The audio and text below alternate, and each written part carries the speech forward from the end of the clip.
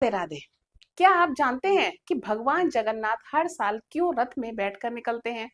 कौन है ये गुंडीचा मौसी और क्यों जाते हैं भगवान उनके घर?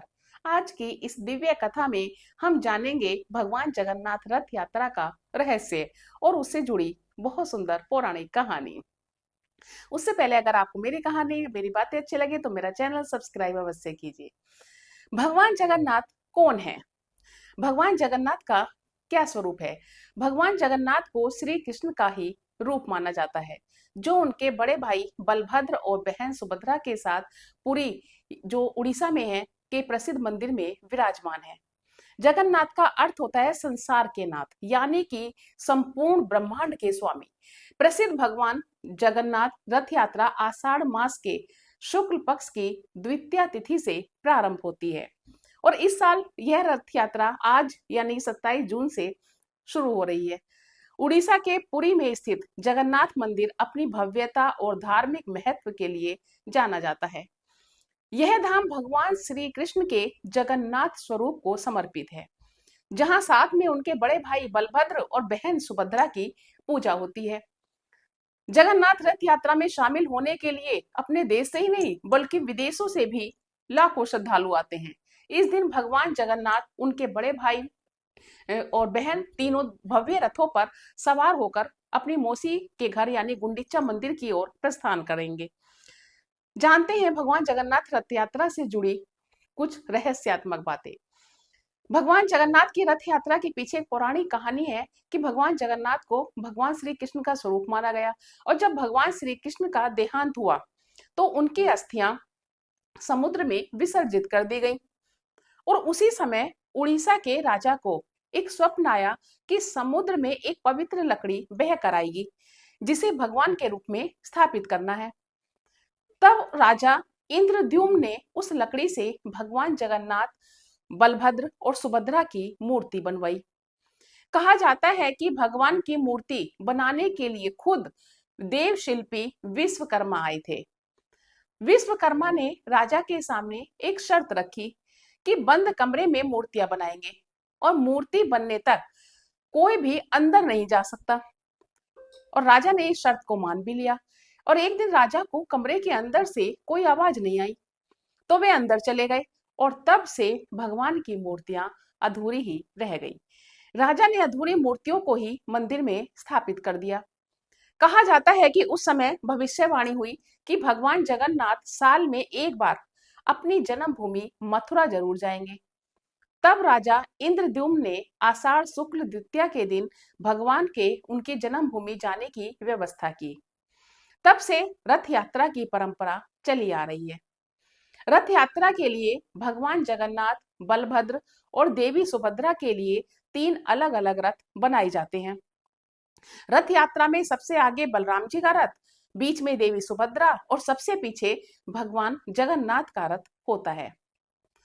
इन्हें इनके रंग व ऊंचाई से पहचाना जाता है। बलराम जी के रथ को ताल ध्वज कहा जाता है और इसका रंग लाल व हरा होता है। देवी सुभद्रा के रथ को दर्प दलन या पदम रथ कहा जाता है और इसका रंग काला या नीला और लाल होता है। जबकि भगवान जगन्नाथ के रथ को नंदी घोष या गरुण ध्वज कहा जाता है और इसका रंग लाल और पीला होता है। ऐसे होते हैं उनके अद्भुत रथ। अब भगवान जगन्नाथ का जो नंदी घोष रथ है, उसकी ऊंचाई 45.6 फीट होती है। बलराम जी के ताल ध्वज रथ की ऊंचाई 45 फीट होती है और देवी सुभद्रा के दर्प दलन रथ की ऊंचाई 44.6 फीट होती है, 44.6। भगवान के रथों का निर्माण नीम की पवित्र और परिपक्व लकड़ियों से होता है, जिसे दारू कहा जाता है। और रथों के निर्माण के लिए नीम के स्वस्थ और शुभ पेड़ की पहचान की जाती है, जिसके लिए मंदिर की ओर से एक खास समिति का गठन भी किया जाता है। इन तीनों रथों में निर्माण के लिए किसी भी प्रकार के कील या कांटे का प्रयोग नहीं किया जाता। रथों के निर्माण के लिए लकड़ी का चयन बसंत पंचमी से प्रारंभ होता है और उनका निर्माण अक्षय तृतीया से शुरू होता है। जब रथ यात्रा के लिए तीनों जो रथ का निर्माण संपन्न हो जाता है, जब तीनों रथ पूरी तरह से बन जाते हैं, तब छर पहनरा नामक अनुष्ठान किया जाता है। इसके लिए पुरी के गजपति राजा पालकी में आते हैं और तीनों रथों का विधि विधान से पूजन करते हैं और सोने की झाड़ू से रथ मंडप और रास्ते को साफ करते हैं। रथ यात्रा जगन्नाथ मंदिर से शुरू होती है और तीनों रथ गुंडीचा मंदिर पहुंचते हैं। यात्रा आषाढ़ मास के शुक्ल पक्ष में होती है और माना जाता है उस दौरान बारिश जरूर होती है। कहते हैं कि आज तक कभी भी ऐसा नहीं हुआ कि रथ यात्रा में बारिश ना हुई हो। आषाढ़ मास के 10वें दिन तीनों रथ फिर से मंदिर की ओर प्रस्थान करते हैं। रथों की वापसी की यात्रा को बहुड़ा यात्रा कहा जाता है। भगवान जगन्नाथ, बलभद्र और देवी सुभद्रा के मंदिर वापस लौटने के बाद भी सभी प्रतिमाएं रथ में ही रहती हैं। मंदिर के द्वार अगले दिन एकादशी को खोले जाते हैं। जगन्नाथ रथ यात्रा केवल एक उत्सव नहीं, बल्कि ईश्वर और मानव के मिलन की अद्भुत लीला है। इस यात्रा में जो भी प्रेम, सेवा और समानता छिपी है, वो हमें सिखाती है कि सच्ची भक्ति में भेदभाव नहीं होता।